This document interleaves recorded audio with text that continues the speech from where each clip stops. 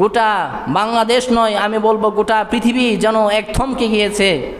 বাংলাদেশের এক উজ্জ্বল নক্ষত্র ওসমান হাদির শাহাদাতের কথা আমরা শুনেছি। কথা বলেন ঠিক কিনা?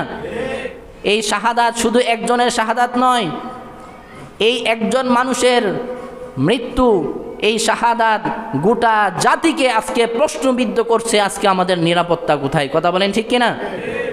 আমরা আমাদের অবস্থান থেকে একবারে রাষ্ট্রের একবারে নিম্ন থেকে টপ পর্যন্ত আমরা বলতে চাই, যারা এই নির্মম হত্যা, যারা এই নির্মম বর্বরতার সাথে জড়িত আছে, তাদেরকে একেবারে সমূলে যেন উৎপাটন করা হয়, তাদেরকে যেন চিহ্নিত করে যেন বাংলার জমিনে তাদেরকে যেন দৃষ্টান্তমূলক শাস্তি দেওয়া হয়। কথা বলেন ঠিক কিনা? আমার আপনার জীবনে নিরাপত্তা কোথায়? যেই মানুষগুলা হযরত ওমর রাদিয়াল্লাহু তাআলা আনহু, যেই আবু লুলু নামক যেই বেঈমানের ব্যাপারে বলেছিল যে তুমি খঞ্জর চালাইতে, তুমি ক্রয় বিক্রয় করতে পারবা না, নিজের স্বার্থের উপর আঘাত পাওয়ার কারণে আমিরুল মুমিনিন যেই ওমরের সামনে শয়তান পর্যন্ত দাঁড়াতে পারে নাই, মুসলমান নামের সেই নাস্তিকরা ফজর নামাজের পর আমিরুল মুমিনিন হযরত ওমরের পিছন দিক থেকে আঘাত করেছিল।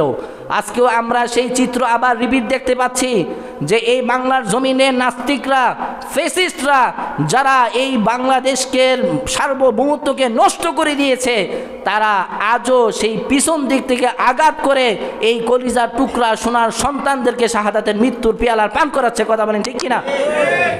এই জন্য আমাদের সকলকে আমাদের প্রত্যেকের অবস্থান থেকে সোচ্চার থাকতে হবে।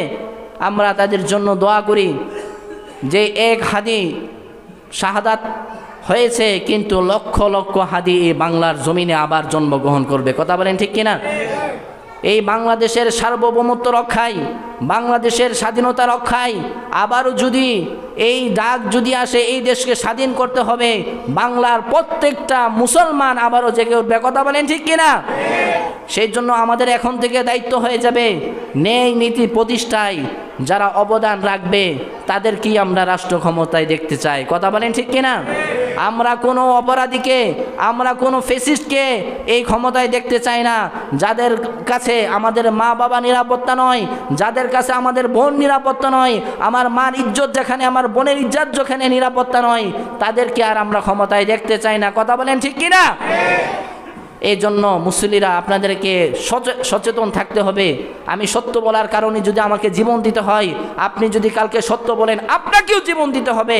আমি সত্য বলার কারণে যদি জীবন দিতে হয়, আপনি যদি নীরব থাকেন, আপনি মনে রাখবেন, আপনি সত্য বলার যদি আপনিও সত্য বলতে শিখে যান, আপনি সত্য বলেন, আপনাকেও আবার মৃত্যুর পেয়ালা পান করতে হবে, তখনও লক্ষ লক্ষ জনতা চুপ থাকবে। কথা বলেন ঠিক কিনা? এই জন্য সত্যের পথে থেকে যদি মৃত্যুবরণ করি, এটা মৃত্যু নয়, এটা শাহাদাত। আর যদি আপনি মিথ্যাকে বুকে লালন করে যদি আপনি মৃত্যুবরণ করেন, এটা হচ্ছে কাপুরুষতার মৃত্যু। কথা বলেন ঠিক কিনা? এই জন্য বাঁচবো একদিন সিংহর মতো, 500 বছর বিড়ালের মতো আমরা বাঁচতে চাই না। কথা বলেন ঠিক কিনা? কারা কারা সত্যের পথে থাকতে চান, দু হাত তুলে আল্লাহকে দেখান। নারে তাকবীর, নারে রিসালাত। সকলে হাত নামান। আজকে আমরা ভারাক্রান্ত হৃদয়ে বলতে হচ্ছে এই জন্যে যে আমাদের এই দেশের